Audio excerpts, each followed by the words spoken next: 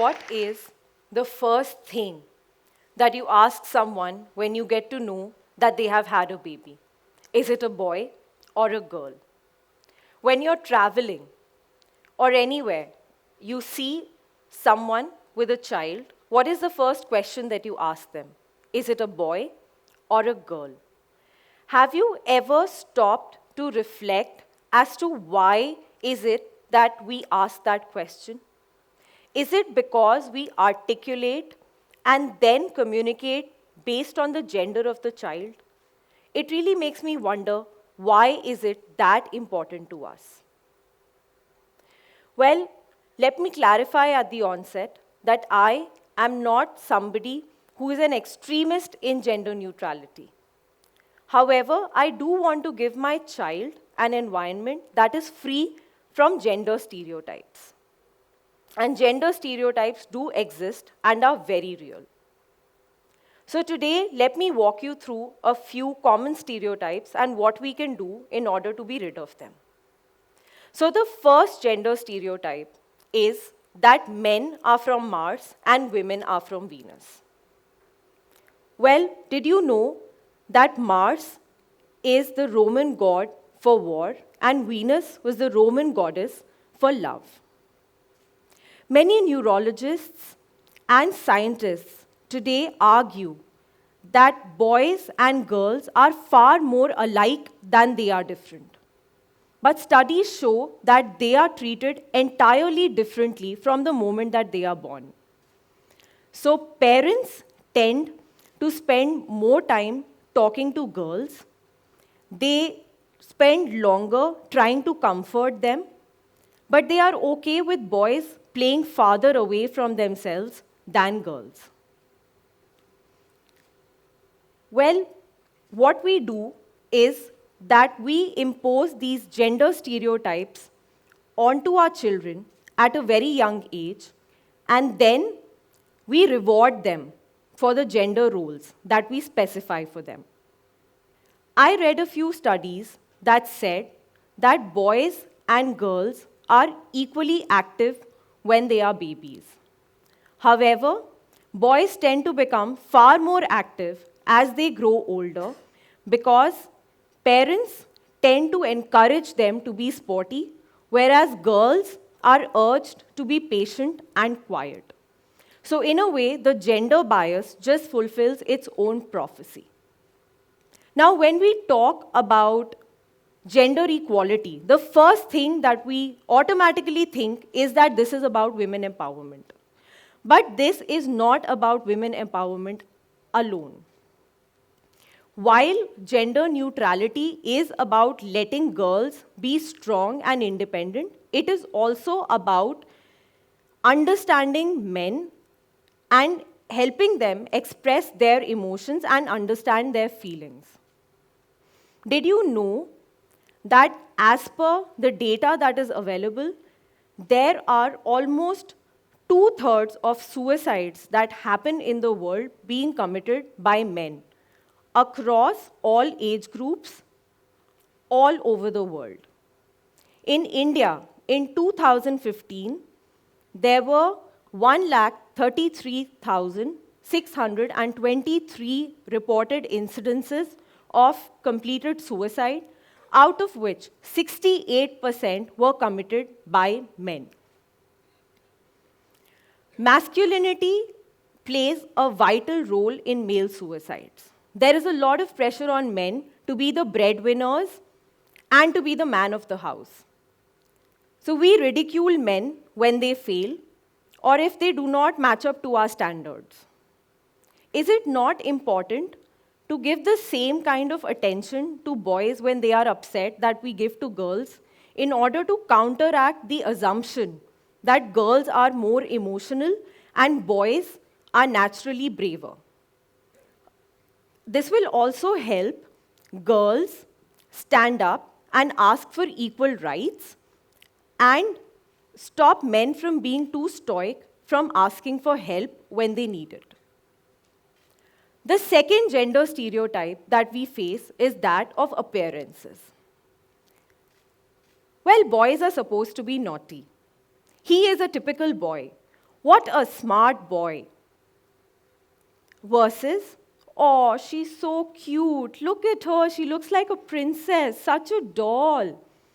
Have you noticed the differences that we use when we use the pronouns to describe boys and girls?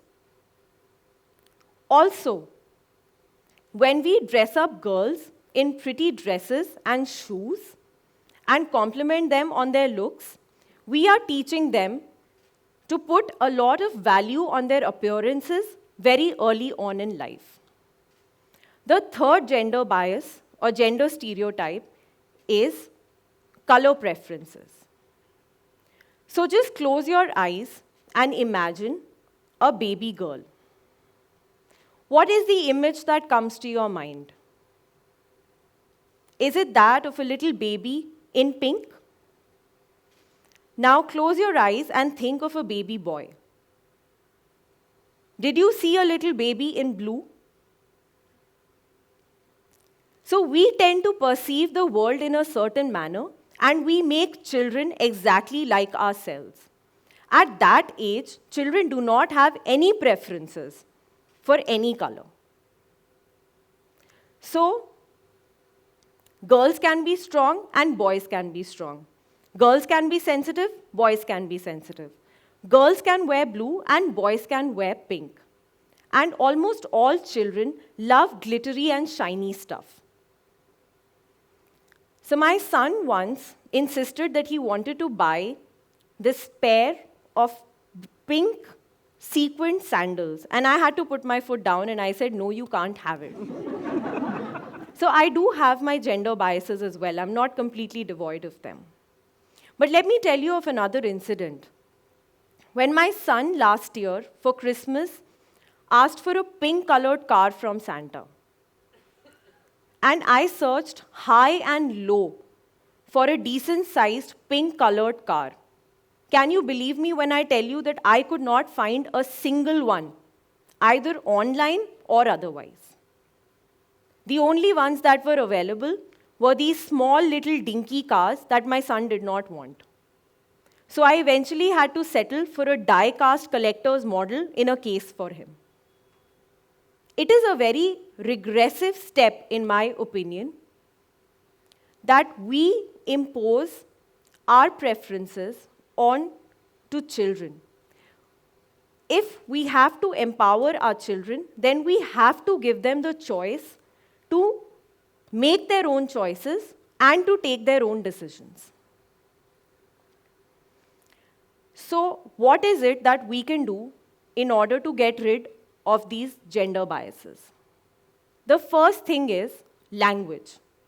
So instead of saying, you are such a good boy, say, you are such a good child.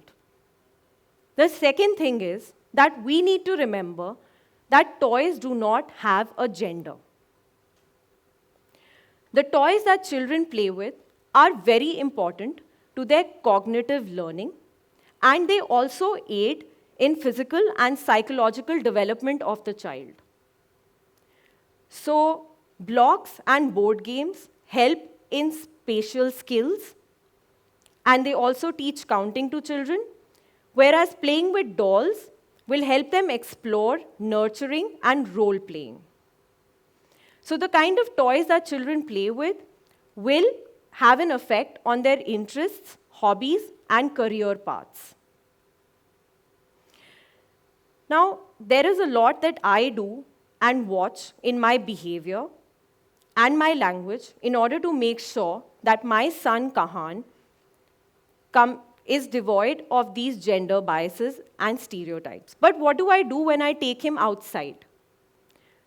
So one of his favorite joints is McDonald's.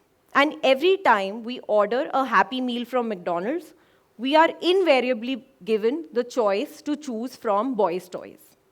And then we have to ask them to also show the option of girls' toys.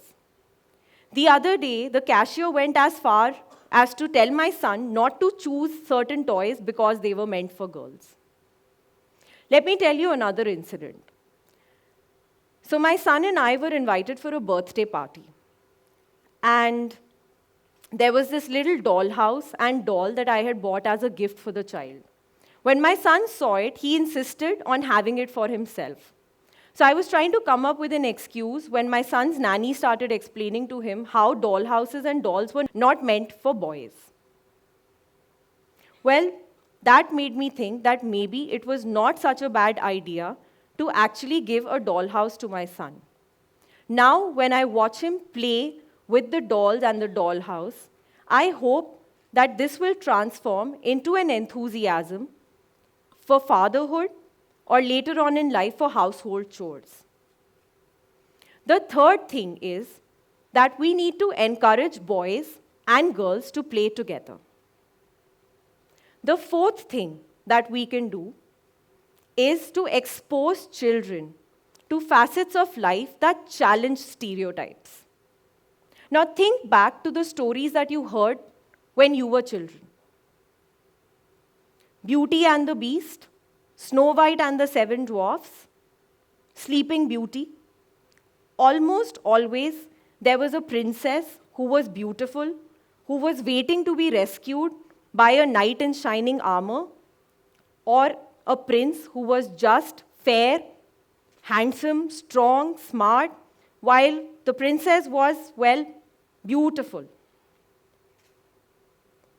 So we need to tell stories to our children that have characters that break that mold. So for example,